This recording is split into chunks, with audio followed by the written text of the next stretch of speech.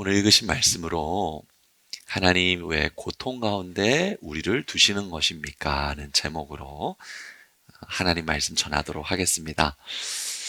제가 참 존경하는 목사님이 한 분 계시는데 그분이 믿음이란 무엇인가? 라는 책을 한번 쓰신 적이 있거든요. 믿음이란 무엇인가? 근데 그분이 그 책을 쓰고 나서 하셨던 말씀이 나는 이제 죽어도 여한이 없다. 내 사명을 다 감당했다. 아직 살아계시는데 믿음이란 무엇인가를 우리가 참 모호하거든요. 믿음이란 무엇인지 모호해서 잘 이해하지 못함이 있는데 그 책을 쓰고 나서 나는 이제 죽어도 여한이 없다 그런 이야기를 했던 걸 제가 들은 적이 있는데 오늘 특별히 말씀 제목이 뭐냐면 하나님 왜 우리를 고통 가운데 두시는 것입니까? 그래서 제가 이 설교를 하고 이제 죽어도 여한이 없다 이런 의미는 절대 아니고 이제 저는 시작이기 때문에 죽을 수는 없고 아마 제 신앙의 근본 또 우리 주님의 나타내시고자 하는 뜻 그리고 정말 복음이란 무엇인지 복음이 무엇이기에 주님께서 우리를 고통스러운 삶의 현장에 두시게 하시는지 그것을 깨달을 수 있는 귀한 시간이 되지 않는가. 성령님께서 하나님의 자녀들을 일깨우는 시간이요 또 삶을 해석할 수 있는 또 우리에게 그리스도를 주신 이유에 대해서 해석할 수 있는 시간이 되지 않을까 그런 기대를 가져봅니다. 지난 시간 우리가 계속해서 아브라함과 사레의 이야기를 살펴보고 있는데요. 지난 시간에 살펴봤던 사레의 믿음은 하나님의 주권을 인정하는 믿음이었다 했습니다. 그래서 여호와께서 나 태를 열지 않으셨기에 라고 고백을 했거든요. 그래서 태를 여시는 분도 하나님이시고 닫으시는 분도 하나님이시구나. 내가 10년간 잉태하지 못함은 하나님께서 나의 태의 문을 닫으심이라. 그래서 우리가 기대할 수 있는 것은 하나님 이제는 닫으셨으니까 열어주십시오. 그런 모습으로 나아갈 줄로 알았는데 사레가 하나님의 주권과 하나님의 주재권을 인정하지만 그 여인이 말하는 것은 아브라함에게 내 여종 하갈에게로 들어가서 나로 하여금 아들을 얻게 하라. 인간적인 방법.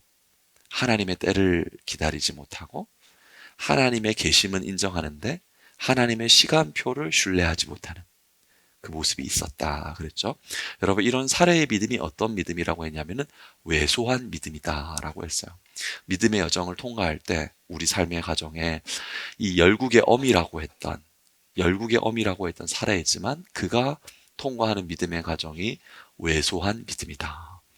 그렇다면은 아브라함은 어떠하였는가? 아브라함은 창세기 15장에서 횃불 언약을 경험하게 되고 하나님의 음성을 듣게 되고 대단한 감동과 대단한 은혜를 경험했지만 참 중요한 게 있어요. 여러분 대단한 감동과 대단한 은혜를 경험하는 것과 은혜가 체질이 되는 것과 믿음이 체질이 되는 것은 별개의 문제예요.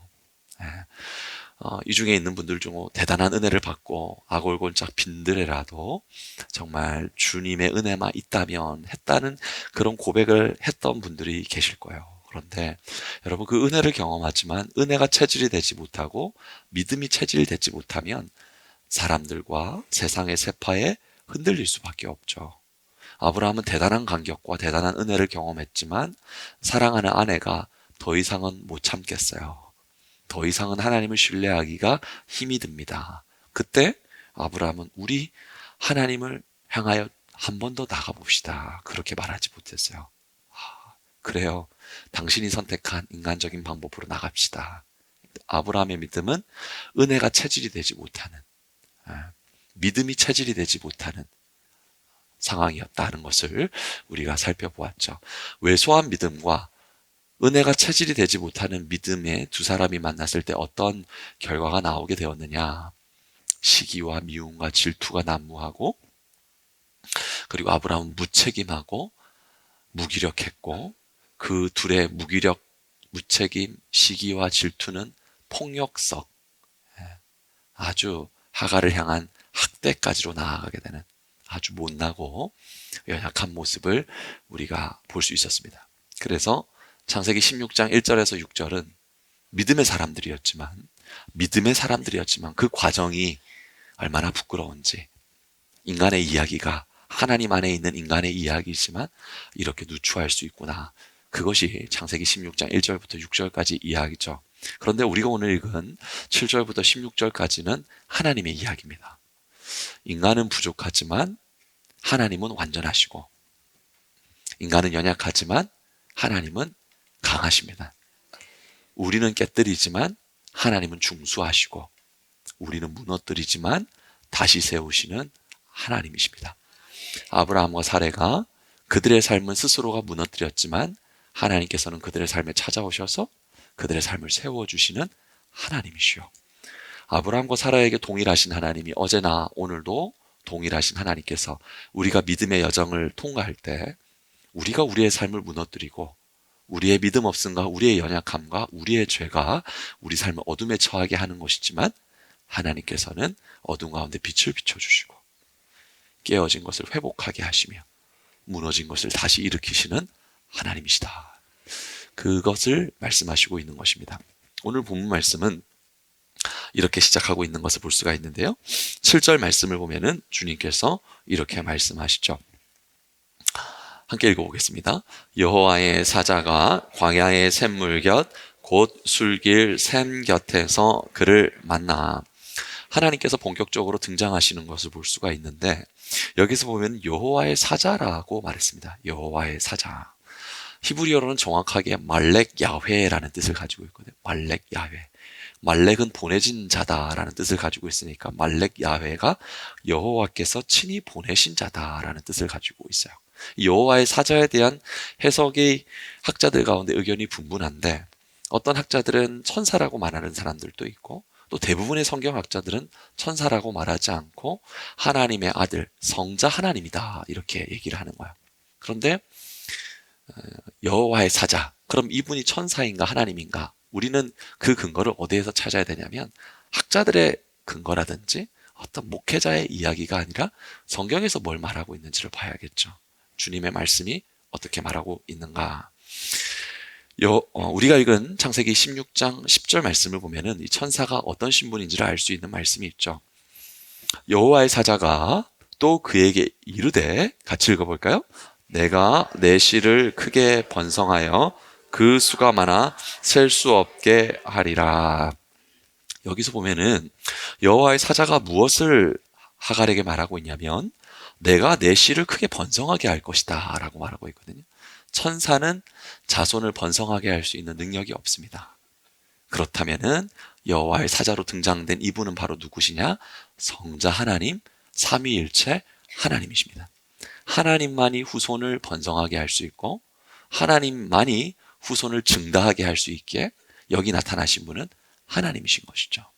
성경은 그것을 한 번 더 변증하고 있는 것인데, 13절 말씀을 보면 하갈은 천사 여호와의 사자를 향해서 이렇게 말하죠. 같이 읽어볼까요? 나를 살피시는 하나님이시다. 그래서 이 본문에 등장하는 여호와의 사자는 누구냐면 바로 하나님이죠. 성자 하나님으로 우리가 여기는 것입니다. 하나님의 아들이시다. 하나님의 아들이 본격적으로 처음으로 성경에 등장하는 것인데, 여러분, 하나님의 아들은 어떤 분이실까요? 예수님은 어떤 분이십니까? 성자 하나님은 어떤 분이라고 성경은 우리에게 알려주고 있죠? 요한복음 1장 3절을 보면은요, 우리 하나님이 어떤 분인지에 대해서 이렇게 말하고 있습니다. 같이 읽어보겠습니다. 만물이 그로 말미암아 지은 바 되었으니 지은 것이 하나도 그가 없이는 된 것이 없느니라. 만물이 이 성자 하나님, 그냥 하나님이라고 이해하시면 됩니다. 하나님으로 인하여서 창조되었나니, 만물을 지으신 하나님이시고, 그 만물이 존재하는 목적이 하나님을 위해서 존재하는 것입니다. 그토록 영광스럽고 그토록 존귀하신 분이 우리 하나님이시다. 이사야는 하나님의 영광에 대해서 말하기를, 이사야서 6장 3절 말씀을 보면 이렇게 말했습니다. 스랍들이 섰는데 서로 불러 이르되, 같이 읽어봅니다. 거룩하다 거룩하다 거룩하다 만군의 여호와여, 그의 영광이 온 땅에 충만하도다. 하늘 그 높은 보좌에서 거룩하다 거룩하다 천사들의 그 아름다운 노랫소리가 끊이지 않고 선포되는 그 보좌에 계신 분이 바로 하나님, 성자 하나님이시다는 것을 말하고 있는 것입니다. 여러분, 성자 예수님, 우리 예수님이시고 또 삼위일체이시기 때문에 하나님이신데 하나님 이렇게 높은 보좌에 계십니다. 영광과 존귀를 받기에 합당하신 분이십니다. 그 하나님께서, 주님께서 말씀하시기를 빌립보서 2장 9절부터의 말씀에 하나님이 그를 지극히 높여 모든 이름 위에 뛰어난 이름을 주사, 같이 읽어볼까요? 하늘에 있는 자들, 땅에 있는 자들과 땅 아래에 있는 자들로 모든 무릎을 예수의 이름에 꿇게 하시고. 여러분, 하나님께서 지극히 높은 곳에 서게 하시고 땅에 있는 자들과 땅 아래에 있는 자들 모든 무릎이 예수 앞에 꿇게 하시는 분이시다. 이분이 바로 우리 하나님, 바로 성자 예수님이고 성자 하나님이신 거야. 그런데 이 성자 하나님이 처음으로 성경에서 처음으로 친히 드러나신 말씀이 오늘 여호와의 사자로 대변되는 이 말씀 속에서 나타나시는 거예요. 그럼 그 성자 하나님께서 본격적으로 처음으로 성경 속에서 등장하는데 어떤 상황에게, 어떤 인물에게 이 높고도 보좌에 존귀와 영광이 가득한 곳에 계신 하나님께서 처음 등장하시고 한 인물에게 등장하시는데 그 인물은 과연 누구이며 어떤 상황 가운데 있을 때 하나님께서 나타나시는가? 우리가 그것을 알아야겠죠. 오늘 본문 말씀에 등장하는 사람이 하갈인데요. 우리가 읽은 말씀이죠. 우리 7절부터 16절까지 말씀을 읽었으니까 지난주에 읽은 말씀인데 1절 말씀을 보면은 하갈을 향하여서 무엇이라고 말하면 애굽 여인이요 라고 말하고 있어요. 성경책을 펼친 분들은 잠시 곁눈질해서 볼 수 있겠지만 거길 보면은 애굽 여인 하갈이요 라고 이렇게 말하고 있습니다. 그러니까 이 하갈은 그의 난 곳이 어디냐면 애굽이에요. 애굽. 근데 왜 애굽에서 난 사람이 지금 가나안 땅에 머물고 있는 아브라함의 족속에 편입이 되어서 살아가고 있는가? 그 근거는 무엇이냐면 창세기 12장에서 아브라함이 사레를 누이라고 속이고 애굽의 바로 왕에게 찾아가지 않습니까? 살 길을 찾아서. 근데 하나님께서 그 꿈에 현몽하셔서 그 여인을 취하지 마라. 그래서 바로 왕이 오히려 그에게 많은 것을 주서 돌려보내잖아요. 그 돌려보내는 것에 대해서 창세기 12장 16절을 보면 이렇게 말했거든요. 양과 소와 순나기와 남종과 뭐요? 여종과 요종. 그래서 하갈이 창세기 12장에서 아브라함이 애굽 땅에서 나오게 될 때 그때 아브라함의 무리 가운데 합류하게 되었고 애굽 사람이라고 성경은 말하고 있구나. 이렇게 성경은 우리에게 가르치고 있는 것입니다. 그런데 하갈이라고 했는데 하갈은 애굽의 배경을 가지고 있잖아요. 애굽은 하나님을 모르는 나라죠. 하나님을 전혀 몰라요. 하나님을 섬기지 않는 나라였습니다. 그렇기 때문에 그 애굽에서는 다양한 신들이 있었는데 대표적으로 태양신이 있었죠. 태양신. 그 태양신을 뭐라고? 라라고 해요. 라. 태양신 라가 있었고 또 풍요의 신 하피, 나일강을 섬기는 신이었죠. 그래서 주님께서 그 10장을 보면은 나일 강물을 핏물이 되게 해버리시잖아요. 그것은 무엇이냐면 이집트 사람들은 그 나일강이 범람하여서 삼각주가 비옥하게 되고 농사를 잘 지을 수 있고 항상 비옥한 땅이잖아요. 그래서 그 나일강을 다스리는 신이 하피, 이방신을 섬기고 있는 거죠. 그렇죠? 그리고 또 그 개구리 재앙과도 연결되는 것이었는데 개구리 신의 이름이 헤켓이었어요. 헤켓. 근데 그것은 무엇을 뜻하는 것이면 다산을 뜻하는 것이었습니다. 어쨌든 애굽의 종교 배경, 애굽의 역사적 배경이라는 것은 하나님이 아닌 이방신을 섬기는 하나님을 모르는 사람들이었다는 것이죠. 근데 이 여인이 아브라함의 무리 가운데 편입이 되었는데 그렇다면 이 여인이 그 시간 동안 아브라함을 통해서 하나님을 알게 되었는가? 우리가 근데 성경을 통해서 봤던 것처럼 사라는 왜소한 믿음이었고 또 아브라함은 은혜는 경험했지만 은혜가 체질이 되지 못했던 사람이었고 그 복음의 확장력, 은혜의 확장력이 요종에게 흘러갔을까요? 안 흘러갔을까요? 안 흘러. 야, 설교 잘 듣고 있는 거예요. 느낌이 딱 있거든요. 하갈이 하나님을 아는가 모르는가 성경은 정확하게 지적하고 있지 않아요. 그런데 하갈은 하나님을 모르는 여인임이 분명히 알 수 있는 것은 무엇이냐면 우리가 오늘 읽은 말씀에서 하갈이 광야에 떨어져서 목말라 죽을 수밖에 없는 상황에 처해 있었거든요. 그런데 하갈의 입에서 단 한 번도 하나님을 부르지 않아요. 만약에 아브라함과 사라를 통해서 하나님을 알게 되었다라면 그 삶의 위경과 고난 가운데 있을 때 하나님 도와주세요. 그렇죠? 그런데 오늘 본문 말씀 속에서는 하갈이 하나님을 찾지도 않았고 하나님을 부르지도 않았고 하나님을 향하여 기도하지 않았다. 하나님과 전혀 상관없는 여인이다라는 것을 말씀 속에서 드러내고 있는 것입니다. 하갈이 어떤 사람이라고요? 이방인이요, 애굽 출신이요, 하나님을 모르는 사람이요. 그런데 여러분, 높이 계신 하나님, 영광과 존귀와 찬양받기에 합당하신 하나님, 그 하나님께서, 성자 하나님께서 처음으로 역사 가운데 등장하시는데 누구에게 찾아가시느냐?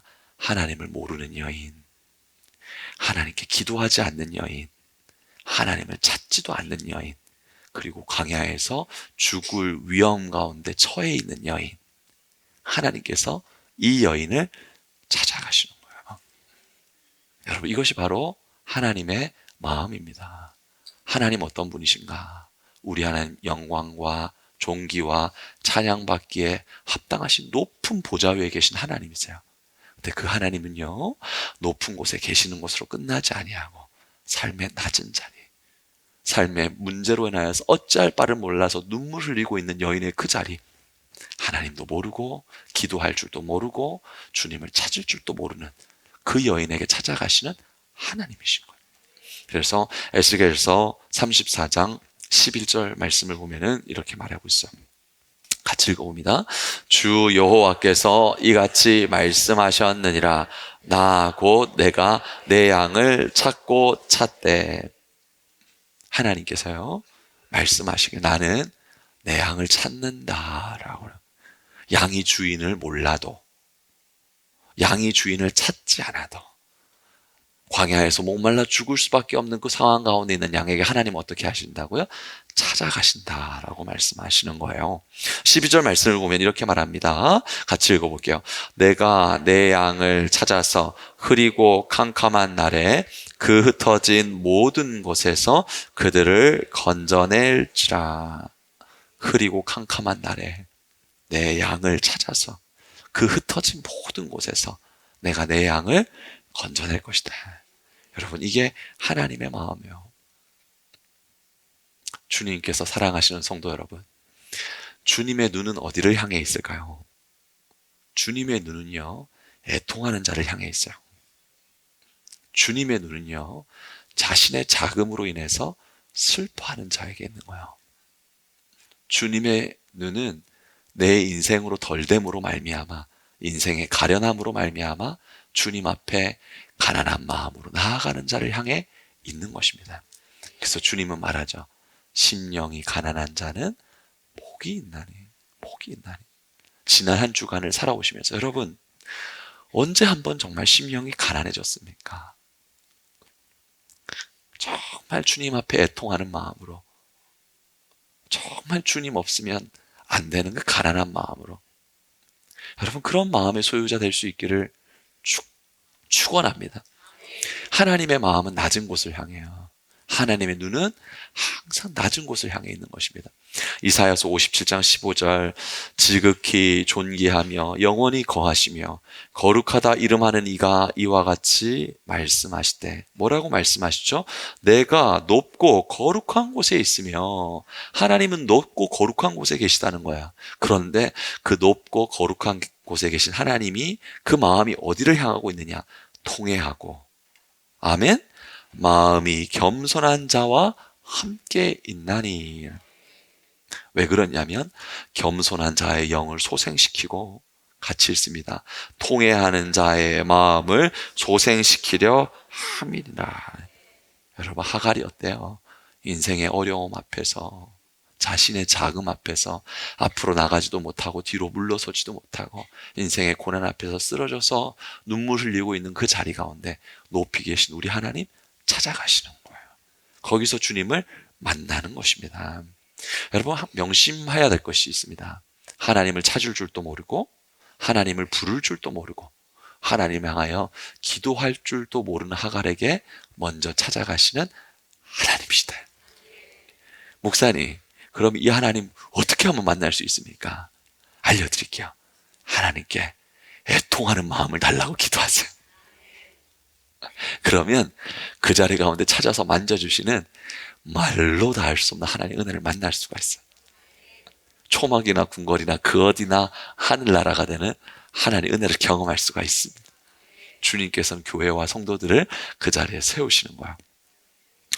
하나님께서 하갈을 찾아오시고 또 하갈에게 질문을 하시죠. 하나님께서 대화를 하시는 거예요. 어떤 대화를 하시는가? 창세기 16장 8절 말씀을 보면은 이렇게 말씀을 하거든요.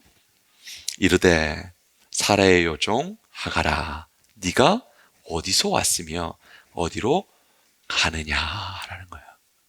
대단히 중요한 질문을 하나님께서 하시는 것입니다.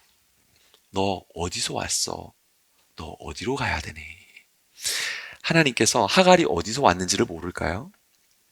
사라의 학대를 이기지 못해서 임신한 몸으로 쫓겨나서 광야에 처해 있는 그의 상황을 모를까요?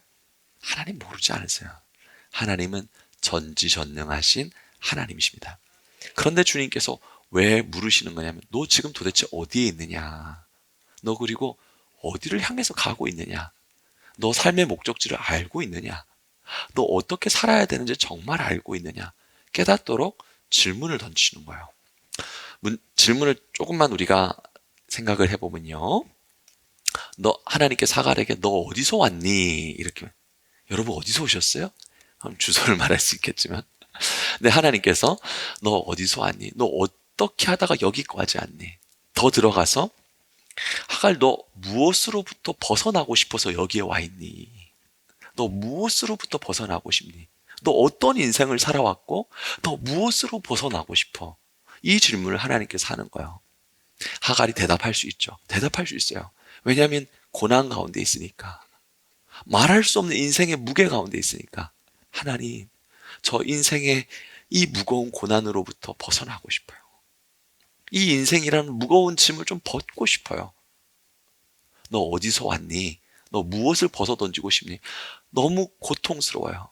너무 큰 문제가 내게 있어요. 하나님, 나 이 고통 좀 벗어나게 해주세요. 이 문제를 좀 벗어나게 해주세요.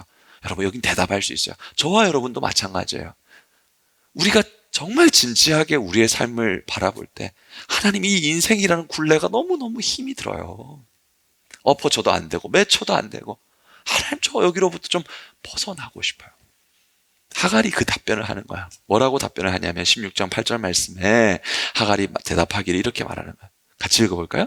나는 나의 여주인 사라를 피하여 도망하나이다. 하나님, 저 이런 문제가 있는데 벗어나고 싶습니다. 해결되고 싶습니다. 여러분, 이 대답을 할 수 없는 사람은 아무도 없어요. 여러분, 무엇으로부터 벗어나고 싶습니까? 무엇이 해결되기를 원합니까? 우리 다 답변을 할 수 있다고요. 그런데 주님의 질문은 여기에서 그치지 않고 한 걸음 더 나아갑니다. 너 어디서부터 왔느냐를 물으시고 그 다음 말씀하시기를 너 어디로 가고 있니? 너 어디로 가기를 원하니? 근데 이 질문 앞에는 사례가 대답을 못해요. 문제는 해결되길 원하고 고난이 해결되기를 원하고 인생이란 무거운 짐이 덜어지기를 원하는데, 그런데 앞으로 누구를 만나야 될지 어디를 가야지 좋은 삶이 될지 도저히 알 수가 없는 거예요. 그러니까 사라의 마음속에서는 더 나아가 이런 마음이 있을 거예요. 누구를 만나든지 어떤 상황 가운데 가든지 인생이라는 것이 이렇게 이렇게 고통스러운데 누구를 만나야 될지도 어디로 가야 될지도 하나님, 저 도저히 모르겠어요. 이 대답인 거예요. 여러분, 이 대답의 그 깊은 곳 가운데 우리 모두의 대답이 있어요. 하나님, 모르겠어요. 살면 살수록 어려워요. 누구를 만나야 될지도. 그리고 다른 환경에 간다고 나아질까요? 무엇을 선택을 못 하겠어요. 여러분, 진정한 우리 안에 답변이지 않을까요? 그렇지 않습니까? 누구를 만나지면 좋아질까요? 레드선. 누구를 만나면 좋아질까요? 어떤 환경으로 가면 좋아지고, 여러분 알 수 있어요? 이제 그걸 알아서 주님 좀 어디로 인도해 주십시오 이렇게 말할 수 있습니까? 가면 갈수록 몰라요. 깨닫거든요. 예전에 어릴 때는 누구를 만나고 어떤 상황 가면 좋아질 것 같은데, 여러분 철이 든다는 게 뭐예요? 거기서 거기다. 그죠? 거기는 어디로 가야 될지 모르겠어요. 모든 인생이 답변하지 못하는 것입니다. 어디로 가야 될지 몰라요. 누구 만나야 될지 몰라요. 여러분, 인생이 똑같이 겪는 굴레예요. 그런데 이것은 하나님을 모르는 사람, 믿지 못하는 사람, 믿지 않는 사람들에게만 있는 답변하지 못함이 아니라, 여러분, 믿음의 사람들도 내가 어디로 가야 되는지, 내가 누구 앞에 서야 되는지 여러분 모르는 경우가 있어요. 성경을 보면은 엘리야라는 위대한 하나님의 종이 있죠. 그가 기도할 때 하늘에서 불이 내리고, 그리고 바알과 아세라 선지자 850명과의 대결에서 승리를 거둔 하나님의 능력을 경험하고 하나님의 위대함을 몸소 경험했던 사람이지 않습니까? 그런데 이런 믿음의 사람, 신앙의 사람, 여러분, 우리도 삶에서 무너지는 시간을 만나게 돼요. 신앙이 무너지고 마음이 무너지는 시간을 왜 안 만나요? 만나죠. 엘리야도 만났어요. 그래서 엘리야가 말하는 것을 보면 열왕기상 19장 4절 말씀을 보면 엘리야가 이렇게 말한다고요. 자기 자신은 광야로 들어가 하룻길쯤 가서 한 로뎀나무 아래에 앉아서 어떻게 말하죠? 자기가 죽기를 원하여, 내가 죽기 원합니다. 삶이 무너지는 것 같은 문제 속에서 믿음의 사람인데, 여러분, 그러니까요, 너무 믿음의 사람은 어떠해야 된다 이런 명제를 가지고 제발 접근하지 마세요. 성경은 인간의 있는 모습을 그대로 다 드러내요. 나그네와 같은 삶의 과정의 종착지는 마지막에 있는 것이지, 여러분, 그 종착지를 너무 과정 가운데 대입시키지 마세요. 무엇을 해야 된다는 그 명제와 전제를 신앙 속에 제발 대입하지 마세요. 그게 신앙적 대단한 무례함이 되는 것입니다. 절대로 그렇지 않아요. 엘리야 보세요. 위대한 종이잖아요. 그가 뭐라고 말하냐면은, 하나님, 나 죽고 싶다라고 말하는 거거든요. 여호와여, 넉넉하오니 지금 내 생명을 거둬주세요. 삶이 무너지고 신앙이 무너지고 마음이 무너지는 자리를 만나죠. 그때 하나님께서 엘리야를 버려두지 않으시고 엘리야에게 찾아오십니다. 그리고 하갈에게 물으신 것처럼 엘리야에게도 동일하게 물어요. 어떻게 물으시냐면 열왕기상 19장 9절 말씀을 보면은 이렇게 물으시거든요. 같이 한번 읽어보겠습니다. 엘리야여, 내가 어찌하여 여기 있느냐. 하갈에게 두 가지를 물었다 그랬잖아요. 첫 번째가 무엇이냐면, 너 어디서 왔니? 너 어쩌다가 여기에 왔니? 그걸 물으셨고, 두 번째는 무엇이냐면, 너 어디로 갈 거니? 너 어떻게 나아갈 거니? 이 두 가지를 하갈에게 물었잖아요. 엘리야에게 던진 질문에 두 가지가 동시에 들어가 있습니다. 하나님께서 엘리야에게 물으기를, 너 어쩌다가 여기에 와서 쓰러져 있느냐? 너 무엇이 문제이냐를 묻는 것이고, 주님께서 또 동시에 그 질문 가운데 있는 것은 무엇이냐? 그래서 너 이제 어디로 갈 거야? 어찌 보면 주님께서 아주 우리에게 던지는 질문이 있어요. 그래서 너 어떻게 살아갈 거야, 너희들? 우리에게 던지는 질문일 수 있어요. 여러분, 이 질문을 우리가 만나야 돼요. 너 어떻게 살 거야? 그런데 엘리야의 답변을 보면 엘리야가 어떻게 답변을 하냐면 이렇게 답변을 합니다. 열왕기상 19장 10절 말씀에 엘리야가 답변을 하는데요. 같이 한번 읽어보겠습니다. 내가 만군의 하나님 여호와께 열심히 유별하오니 이는 이스라엘 자손이 주의 언약을 버리고 주의 제단을 헐며 칼로 주의 선지자들을 죽였음이며 오직 나만 남았거늘 그들이 내 생명을 찾아 빼앗으려 하나이다. 엘리야가 뭘 말하고 있냐면, 저는 하나님을 향하여 열심히 유별납니다를 먼저 말을 하고, 그런데 자기가 처해 있는 상황을 말해요. 이스라엘이 다 하나님을 배교했습니다. 그들이 주의 제단을 헐어버렸습니다. 하나님의 선지자들을 이스라엘 사람들이 다 죽어버렸고 저만 남았고 저를 향해서도 칼을 들고 있습니다. 그러니까 엘리야의 대답 속에서는 하나님이 너 어쩌다 여기에 왔어? 너 무엇으로부터 벗어나고 싶어? 거기에 대해 답변을 해요. 하나님, 이스라엘이 다 배교했어요. 선지자를 다 죽였고요. 저만 남았어요. 그런데 하나님이 묻는 건 단지 그게 아니거든요. 그래서 너 어디로 가야 돼? 너 무엇을 해야 돼? 라는 질문 속에서는 엘리야는 답변을 못해요. 그러니까 여러분 뭐냐면 우리의 삶이라는 게, 우리의 존재라는 게 이 땅을 살아갈 때 문제에 잠식이 되면 문제가 뭔지는 아는데 그 문제 넘어 어떻게 나아가야 될지를 모르는 거예요. 하나님의 사람도 그랬어요. 이 위대한 종마저도 배교했고 선지자들이 사라지고 있고, 하나님은 단지 그걸 물어보는 게 아니에요. 그러면 너 어떻게 살아갈 건데? 너 어디를 가야 돼? 너의 사명지는 어디야? 너 무엇을 해야 돼? 그래, 문제인 건 알겠는데 너가 해야 될 게 있잖아. 그거에 대해서 엘리야가 대답을 못해요. 문제만 지적하고 있는 거예요. 문제만 바라보고 있는 거예요. 여러분, 하나님을 모르는 하갈도 마찬가지고, 하나님 알고 있는 엘리야도 마찬가지고, 우리도 마찬가지고요. 너 어디서 왔니? 하나님, 저 여기로부터 벗어나고 싶어요. 이 문제와 고통의 짐을 벗어주세요. 그러면 벗고 나서 어떻게 할 건데? 대답을 못해요. 대답을 못해요. 그게 우리예요. 주님께서 이 자리에 분명히 우리를 세우세요. 그래서 어떻게 살고 싶어? 더 어떻게 살고 싶어? 대답을 못해. 대답을 못해. 문제는 알겠는데, 비난은 하겠는데, 대안은 내놓지를 못해요. 이 상황에서 하나님은 하갈과 우리를 오늘 동시에 세우시면서 말씀을 이어나가시죠. 갈 곳이 어딘지를 말씀해 주는 거예요.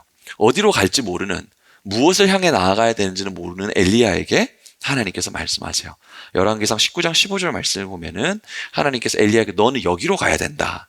하나님 저 어디로 가야 될지를 모르겠어요 말하고 있는 엘리야에게 너는 여기로 가야 된다 하는 것을 말하거든요. 같이 읽어보겠습니다. 너는 내 길을 돌이켜 광야를 통하여 다마섹에 가서, 하나님께서 엘리야가 가야 될 곳을 가르쳐 주시는데 어떤 곳을 가라고 하냐면 다메섹을 향해서 가라 그래요. 이 다메섹이 어디냐면은 바로 이스라엘의 적국 아람의 수도입니다. 근데 하나님께서 지금 이 쓰러져 있는 엘리야에게, 물론 하나님께서 힘을 주시지만 언젠가는 여러분과 또 다를 수가 있겠죠. 힘을 주시지만 어디로 가라면 돌아가라. 고난의 자리로, 고통의 자리로, 어려움의 자리로 돌아가라고 말하고 있어요. 아니, 하나님께서 내게 갈 길을 알려주는데 내가 가야 되는 길이 어떤 좋은 곳, 좀 평안한 곳, 해결되는 곳, 이곳으로 가라는 것이 아니라 이스라엘의 적군, 아람의 수도인 다메섹으로 돌아가라 이거 말하는 거예요. 거기는 나를 위한 협박이 있고 핍박이 있고 고통이 있는 것이거든요. 근데 주님께서 왜 돌아가라고 말하냐면은 하나님께서 돌아가시라고 하신 문제 가운데로, 어려운 가운데로 돌아가라고 하는 이유가 무엇이냐면 그곳에서 엘리야를 통해서 이루실 일이 있기 때문입니다. 하사엘에게 기름을 부어야 되고 예후에게 기름을 부어야 되고 엘리사를 준비해야 되는 거예요. 하나님께서 하갈이, 제 주인이 주는 인생의 짐이 너무 무거워서 도망쳤거든요. 너 어쩌다 여기 왔니? 고통이 너무 힘들어서 왔습니다. 고난이 너무 커서 여기 왔습니다. 근데 하나님, 너 어디로 갈 거야? 답변하지 못하고 있는 하갈에게 주님께서 뭐라고 답을 주시냐면은 9절 말씀을 보면은 하나님께서 하갈이 가야 될 곳이 어딘지를 말씀해 주세요. 같이 읽어봅니다. 여호와의 사자가 그에게 이르되 내 여주인에게로 돌아가서 그 수하에 복종하라. 하나님 좋으신 하나님이십니다. 여기서 아멘이 잘 안 나오죠 이제. 여러분 보세요. 살해, 학대가 너무 힘들어서 도망쳤잖아요. 근데 주님께서 뭐라고 말씀하시냐면은 학대받는 그 자리로 어떻게 하라고요? 돌아가라. 하나님 찾아오셔서 주시는 말씀이 어려움의 그 자리, 문제의 한복판으로 돌아가라고 하거든요. 여러분 주님이 이해가 되십니까? 지금 이 자리에 앉아 있는 분들 고통을 벗어나고 싶고 관계를 떠나고 싶고 포기하고 싶은 자리가 있을 거예요. 근데 하나님 오늘 지금 우리에게 뭘 말씀하고 싶냐면 도망치고 싶은 그 관계로 다시 죄송해요. 제가 설교하면 이렇게 말 안 하겠는데 주님의 말씀이 살 수밖에 없어요. 저는 주님의 종이지 사람의 종이 아니잖아요. 주님께서 뭐라고 말씀하시죠? 돌아가라. 어려움의 그 자리로 돌아가고 도망쳐왔던 그 자리로 돌아가고 너무 힘들어서 피했던 그 자리로 다시금 돌아가라고 말하는 거야. 그런데 왜 돌아가라고 하시는가? 하나님께서 왜 고통의 현장으로 우리를 다시금 세우시는가? 그 안에 놀라운 복음의 비밀이 있습니다. 하나님께서 내 여주인에게로 돌아가라 그랬는데요. 그 하갈이 어떤 상황에 있었는지를 조금 우리가 살펴보면서 계속해서 좀 말씀을 이어나가겠습니다. 우리가 이거 7절부터 16절까지 말씀을 읽었는데 6절 말씀을 보면은 사레가 하갈을 학대했다 그랬거든요. 학대했다. 그래서 그가 당한 고통이 얼마나 컸는지를 좀 보면은 이 학대라는 단어가 히브리어로 아나예요. 아나. 아나가 학대했다라는 뜻을 가지고 있는 것이죠. 근데 이 히브리어 아나가 다른 성경 어디에서 쓰였는가를 보면은 출애굽기에서 이스라엘 백성이 애굽에게 압제를 당할 때 쓰였던 단어가 아나예요. 아나. 이 아나의 단어가 쓰이는 걸 보면 출애굽기 1장 11절 말씀을 보면은 이렇게 말하고 있습니다. 감독들을 그들 위에 세우고 그들에게 무거운 짐을 지어 괴롭게 하며, 괴롭게 하다는 말이 번역이 된 게 아나예요. 근데 그들이 얼만큼 괴로웠는가? 이스라엘 백성이 애굽에서 얼마나 괴로웠냐면요, 새벽부터 밤늦게까지 국고송, 라암셋과 비솜을 세워야 되는 그 간역을 감당했어요. 노예로. 근데 그 하중이 얼마나 커지는지 벽돌을 스스로가 만들어야 되고, 나중에는 그 벽돌에 넣어야 되는 집도 구해야 되는, 이루 말할 수 없는 간역을 겪고 있는 거예요. 그리고 감독관들은 채찍을 들고 그들을 아주 위에서 군림하고 채찍질을 하고 있고, 그 고통의 자리가 아나라고요. 아나. 하나님께서 하갈에게 찾아오셔서 영광의 주요 존귀의 주요 주우신 하나님께서 하갈에게 아나의 자리로 다시금 돌아가라고 하는 것이거든요. 고통의 자리로 다시금 돌아가라는 거예요. 하나님 도대체 우리에게 왜 돌아가라 하시는 겁니까? 왜 문제를 전능하신 하나님이신데 왜 문제를 해결해 주시지 않고 문제의 한복판으로 우리를 다시 돌아가라고 하시는 것입니까? 하나님의 섭리가 있어요. 하갈이 아브라함과 사라의 가정으로 돌아가게 되면 어떻게 되냐면 문제는 더 불거지게 됩니다.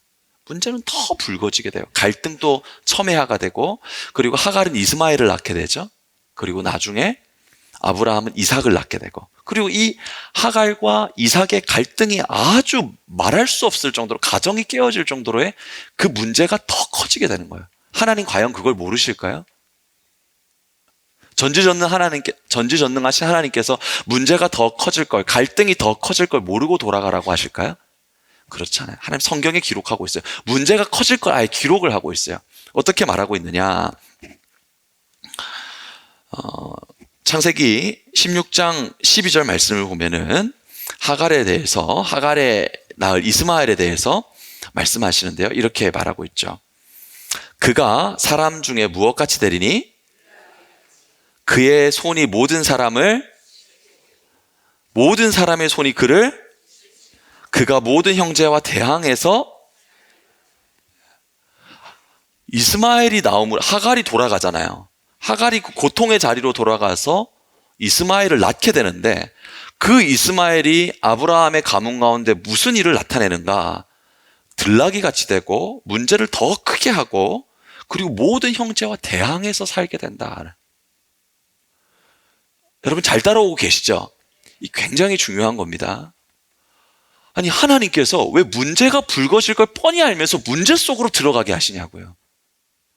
왜 높이 계신 하나님께서 처음으로 성자 하나님께서 사람의 몸을 입고 이 땅 가운데 오셔서 그 하갈을 인도하시는 게 문제와 고난의 한복판, 갈등의 한복판으로 들어가라고 하시는 거예요. 이 문제가 어떻게 되는가를 보면은 창세기 21장 9절을 보면 그 문제가 나타나는 것을 볼 수가 있는데요. 같이 읽어봅니다. 사라가 본즉 아브라함의 아들 애굽 여인 하갈의 아들이 이삭을 놀리는지라. 이 문제가 발생하게 돼요. 문제가 터지잖아요. 학대와 다툼과 갈등이 터지잖아요. 하나님 그걸 모를까요? 알면서도 돌아가라 그래요. 알면서도 돌아가라고 말씀하시는 것입니다. 단지 그 문제의 갈등과 다툼은 이삭과 이스마엘의 때로 끝나지 않습니다. 역사 가운데 계속해서 반복되는 거예요. 갈라디아서 4장 29절 말씀을 보면은 이렇게 말하고 있는데요. 우리 함께 읽어봅니다. 그러나 그때 육체를 따라 난 자가 성령을 따라 난 자를 박해한 것 같이 이제도 그러하도다. 이 말씀은 무엇을 말하고 있는 것이냐면은 영적인 의미를 가지고 있는 것이지만, 여러분 지금 중동 땅에 일어나고 있죠? 유대자손과 아랍자손 간의 끊임없는 갈등과 다툼이 있죠? 여러분 그 뿌리를 거슬러 올라가면 누구로부터 이어지는 것이냐면은 이스마엘과 이삭의 후손들이 이어져 와서 이렇게 갈등이 이어지고 있는 거예요. 문제가 이어지고 있는 거예요. 근데 하나님께서 오히려 여러분 생각해 보세요. 하갈을 돌아가지 하지 않고 다른 쪽으로 가게 한다면 그 갈등과 문제가 불거지지 않을 수 있잖아요. 그렇죠? 여러분 잘 이해되시죠? 문제 한복판으로 다시금 돌아가지 않으면 그들의 갈등과 다툼이 이어지지 않잖아요. 끝날 수 있는 거잖아요. 하나님은 그런데 왜 그 문제의 한복판에 다시 한번 들어가게 하셔서 그 갈등 아주 드러나게 하시고 문제를 드러내게 하시고 어려움을 더 크게 하시냐는 것이죠. 그것은 무엇이냐면 주님께서 뜻하시는 바가 있어요. 바로 그게 뭐냐? 여러분, 우리가 명심해야 됩니다. 죄가 얼마나 무서운 거를 철저하게 깨닫게 하시는 거예요. 여러분, 죄가 무서운 거예요. 아브라함과 사라가 그들의 믿음 없음, 왜소한 믿음이 체질이 되지 못해서 하나님보다 앞서서 자신들의 결과물 하갈과 이스마엘이 나오게 됐죠. 여러분, 이 죄가 만들어낸 결과물이 이렇게 끔찍한 거예요. 사랑하는 성도 여러분, 죄를 두려워하세요. 죄의 생각이 우리 가운데 왔을 때 그것이 행동으로 절대로 나오지 않도록 주님 앞에 구하시고 성령의 사람이 되십시오. 하나님께서 이걸 통해서 우리에게 깨닫게 해주시는 것은 무엇이냐면 죄가 얼마나 두려우며 죄가 얼마나 무서우며 세대를 계승하여서 가정을 파괴하는지, 세대를 계승해서 가정을 파괴하는지 명확하게 보여주시는 거예요. 아브라함과 사라가 하나님께 불순종하고 하나님보다 조금 앞서는 것 정도 어때? 그런데 그들이 만드는 죄의 결과가 이삭과 이스마엘뿐만 아니라 역사의 갈등과 분쟁을 만들어내는 거예요. 죄가 그렇게 무서운 거예요. 죄 짓지 마세요. 안목의 정욕, 육신의 정욕, 이생의 자랑 항상 우리 삶 가운데 있습니다. 두려워하세요.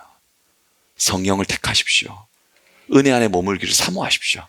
죄는 이렇게 무서운 거예요. 그렇다면 하나님께서 죄가 얼마나 파국으로 치닫게 하는지, 죄가 얼마나 우리에게 무서운 결과를 주는지 이것만을 깨닫게 하기 위하여서 하나님이 돌아가라 하시는가? 그렇지 않습니다.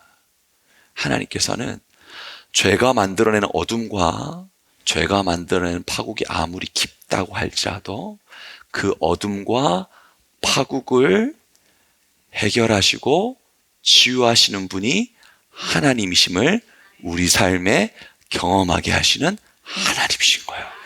할렐루야. 주님께서 때로는 우리에게 다시 그 문제의 한복판으로 들어가라고 하십니다. 우리가 잘못 살아온 삶의 결과물 가운데 깊이 들어가게 하세요. 하나님 왜 나를 이 광야와 같은 삶의 현장에 들어가게 하시는 것입니까? 그런데 그곳에서 사람이 봉합할 수 없고 사람이 해결할 수 없는 문제를 하나님은 해결하시고 능력으로 역사하시는 하나님이심을 만나게 하시는 거예요. 그래서 갈라디아서 4장 4절 말씀을 보면 이렇게 말하는데요. 같이 읽어봅니다. 때가 참에 하나님이 그 아들을 보내사 여자에게서 나게 하시고, 하나님의 때가 되어서 그 문제 한복판에 누구를 보내주시죠? 예수님 보내주시는 거예요. 제가 한 2주 전에 이 설교를 준비하면서 살짝 아내에게 힌트를 한번 준 적이 있는데, 아내는 왜 하나님께서 하갈을 돌아가게 하셨는지 자기는 이해가 안 된대요. 제가 그때 설교가 정리가 다 안 돼서 대답을 못 해줬는데 여러분 모두에게 대답을 해드리겠습니다. 하나님께서 왜 하갈을 돌아가게 하시고 이스마엘을 낳게 하시고 그의 후손이 이 갈등과 분쟁과 다툼, 지금도 치유될 수 없는 갈등과 분쟁과 아픔의 한복판을 통과하게 하시는가? 주님의 뜻은 무엇이면 때가 참에 그 아들 예수 그리스도를 보내사 역사에 어떤 문제가 있든지, 우리 삶에 어떤 깨어짐이 있든지, 어떤 어려움이 있든지 예수 그리스도 안에서 그 문제를 치유하시고 해결하시고 고치시는 하나님이심을 경험하게 하시는 거예요. 로마서 5장 20절 말씀을 보면은 주님께서 이렇게 말씀하십니다. 같이 읽어보겠습니다. 죄가 더한 곳에 은혜가 더욱 넘쳤나니. 죄가 깊으면 깊을수록, 어둠이 깊으면 깊을수록 그 안에 찾아오시는 우리 주 예수 그리스도는 은혜를 베풀고 역사하시사 죄를 이기고 어둠을 이기고 문제를 이기는 하나님이신 거예요. 여러분, 그 자리에서 우리는 주님을 인격적으로 경험할 수가 있는 것입니다. 하나님께서 여러분을 죄의 현장, 어둠의 현장, 고통의 현장에 두십니까? 그것은 무엇이냐면 우리가 만들어낸 결과가 아무리 어둡다고 하더라도, 우리가 살아온 삶의 모습이 아무리 누추하다고 할지라도, 내가 씨를 뿌리고 내가 열매 맺은 것이 아무리 악하다고 할지라도 그 죄가 더한 곳에 더 큰 하나님의 은혜를 베푸사 예수 그리스도의 부활의 역사, 회복의 역사, 성령의 역사를 경험하게 하시는 하나님의 일하심을 보게 하시기 위함인 것입니다. 그래서 요한일서 3장 8절 말씀을 보면 이렇게 말하죠. 같이 읽습니다.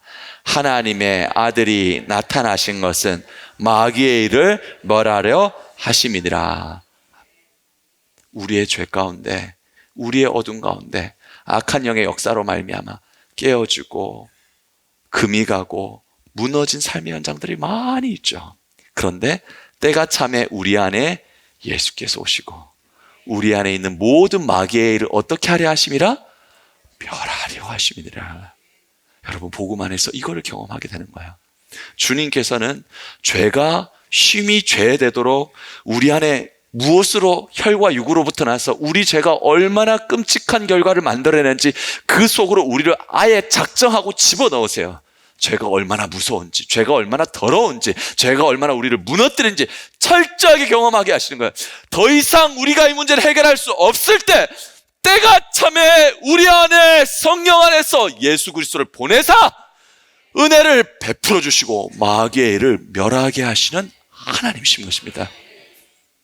여러분, 오늘 설교 제목이 하나님, 왜 고통 속에 나를 집어넣으십니까? 하나님, 나를 왜 고통 속에 밀어넣으십니까? 주님께서 우리를 고통 속에 밀어넣으시는 이유는 바로 무엇이냐면 그 고통의 한복판에서 내가 해결할 수 없는 고통과 문제를 해결해 주시는 우리 주 예수 그리스도를 만나게 하시기 위함인 거예요. 사랑하는 여러분, 어려움을 통과하시는 분들이 있습니까? 너무나도 죄의 흔적이 짙어서 회복될 수 없는 광야도 같은 시간을 통과하는 분들이 있습니까? 제가 말씀드릴게요. 확실하게 말씀드릴게요. 예수님을 만날 수 있는 기회예요. 예수님의 일하심을 경험할 수 있는 기회예요. 주님은 어제도 오늘도 동일하셔서 성자 예수님의 풍성하신 능력으로 여러분의 삶을 회복시키시고 고쳐주시고 일으키시는 하나님이신 것입니다. 그때 우리는 어떤 모습으로 나아갈 수 있게 되는가? 갈라디아서 2장 20절 말씀을 보면 이 자리에서 우리가 비로소 이런 신앙으로 나갈 수가 있게 되는 거예요. 같이 읽습니다. 그런즉 이제는 내가 사는 것이 아니요 오직 내 안에 그리스도께서 사시는 것이라. 하나님께서 사랑하는 자녀들을 왜 죄의 그 무서움, 어둠의 그 무서움, 그 고통의 현장으로 다시금 돌려보냈냐? 사랑하기 때문에 돌려보내요. 그 안에서 바로 무엇이 이루어지겠? 그런즉 이제는 내 모든 삶을 빛으로 바꾸실 수 있는 분, 내 삶의 모든 문제를 없는 것을 있는 것으로 부르실 수 있는 분, 그런즉 이제는 예수 그리스도께서 내 안에 사시게 하려 위함이니라. 여러분, 어둠 겪지 못한 사람은요, 죄를 겪지 못한 사람은 절대로 예수님 주인 될 수 없어요. 하나님께서 왜 우리를 죄 가운데 어둠 가운데 버려두시는가? 여러분, 죄를 경험하고 어둠을 경험하는 사람은 누구만을 붙잡게 되냐면 예수님만을 붙들게 되는 거예요. 깊도다 놀라운 하나님의 지혜와 지식의 풍성함이요, 누가 그의 모사가 되었으며 누가 그의 마음을 헤아릴 수 있는가? 하나님의 지혜이고 하나님의 방법인 것입니다. 갈라디아서 2장 20절 다시 한번 보면은 그때 이 말씀이 깨달아질 때, 경험하게 될 때 우리가 고백할 수 있죠. 갈라디아서 2장 20절 같이 읽습니다. 내가 그리스도와 함께 십자가에 못 박혔나니 그런즉 이제는 내가 사는 것이 아니요 오직 내 안에 그리스도께서 사시는 것이니라. 여러분, 문제로부터 도망치려고 하지 마세요. 고통으로부터 도망치려고 하지 마세요. 다시금 들어가세요. 다시금 들어가야지 비로소 무엇이 해결되느냐? 비로소 내가 그리스도와 함께 십자가에 못 박히는 믿음으로 나아갈 수 있는 것이고, 그리스도가 함께 십자가에서 못 박힐 때 그런즉 이제는 내 안에 사시는 분이 누구시다? 예수님이시다. 여러분, 그 예수님의 능력이 여러분의 삶을 다스리고 여러분의 삶을 이끌고 여러분의 삶을 구원시키시고 죽은 자도 살리시는 하나님의 능력을 경험하게 되는, 그때 비로소 그들이 그리스도인이라 부름을 받게 되었더라. 이 말씀이 이루어지게 되는 것입니다. 예수 안에서 살아갈 수 있는 은혜의 백성들 될 수 있기를 축원합니다. 예수가 우리의 주인이 될 수 있는 삶으로 나갈 수 있기를 바랍니다. 하나님, 나를 왜 고통 가운데 밀어 넣으십니까? 주님 뜻이 있어요. 여러분, 고통의 문제 빨리 해결하려고 하지 마세요. 그 고통 가운데 내가 예수와 함께 처리되기를 소원하세요. 그런즉 그리스도가 내 안에 사심으로 말미암아 우리가 겪고 있는 경제적인 문제, 관계적인 문제, 인생의 모든 문제를 하나님은 그리스도 안에서 그리스도가 주인된 우리의 인생 가운데 해결해 주시는 것입니다. 고린도후서 5장 17절 말씀은 그래서 이렇게 말한 것입니다. 같이 읽습니다.